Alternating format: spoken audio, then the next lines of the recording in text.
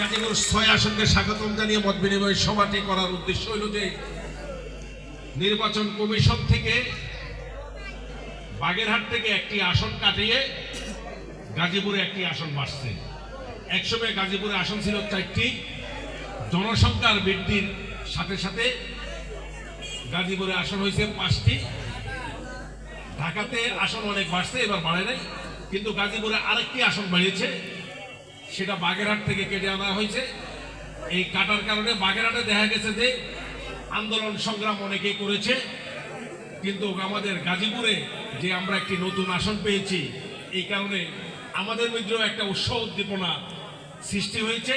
এই কারণে মত বিনিময় সভাটি এবং নির্বাচন কমিশনেরকে আবারও ৩৪ নম্বর ওয়ার্ড বিএনপি অঙ্গ সংগঠন ও জনগণের পক্ষ থেকে সবাইকে ধন্যবাদ জানাচ্ছি। পাশাপাশি আপনারা জানেন যে আমাদের প্রিয় নেতা তারেক রহমান প্রধান উপদেষ্টার সাথে লন্ডনে যে বৈঠক হয়েছে, সেই বৈঠকের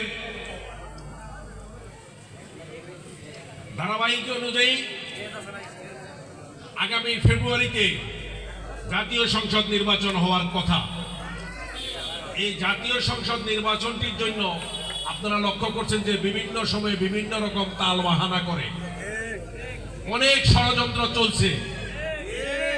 ফ্যাসিস্ট সরকাররা একরকম ষড়যন্ত্র করছে, এখন আবার নির্বাচনের জন্য যাতে নির্বাচিত সরকার এই দেশে গণতান্ত্রিক সরকার আসতে না পারে সেদিকেও ষড়যন্ত্র চলছে। কাজে জাতীয়তাবাদী দলের প্রতিটা নেতা কর্মী তারেক রহমানের প্রতিটা সৈনিকদেরকে আমি আহ্বান জানাবো যে কোন ষড়যন্ত্র যাতে কাজ না হয়। আগামী ফেব্রুয়ারিতে যেভাবেই হোক জনগণের আমানত জনগণের কাছে ফিরিয়ে দেওয়ার জন্য সকলকে সজাগ থাকার আহ্বান জানাচ্ছি।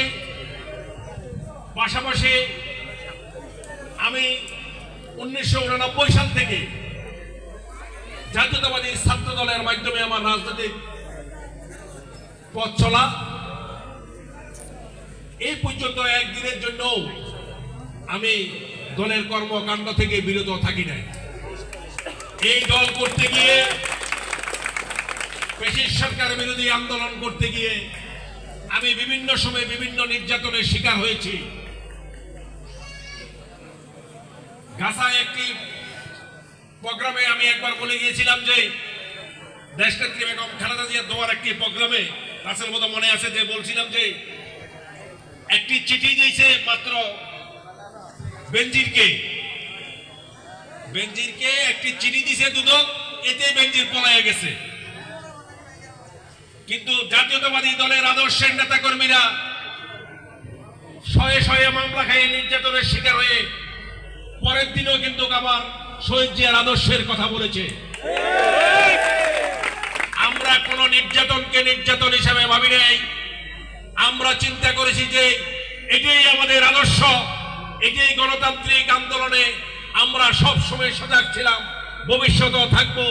পাশাপাশি আরেকটি কথা বলে আমি শেষ করব, সেটা হলো যে আমাদের দলে গাজীপুর ৬ আসনে যে সমস্ত নেতাকর্মীরা নমিনেশন প্রত্যাশী,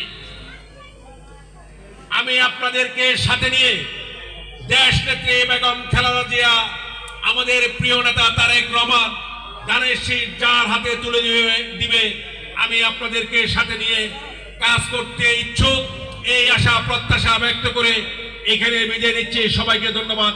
আসসালামু আলাইকুম। জাতীয়তাবাদী দল জিন্দাবাদ, শহীদ জিয়া মরহুম খালেদা জিয়া জিন্দাবাদ, স্বেচ্ছাসেবক দল জিন্দাবাদ। সবাইকে ধন্যবাদ। আসসালামু আলাইকুম।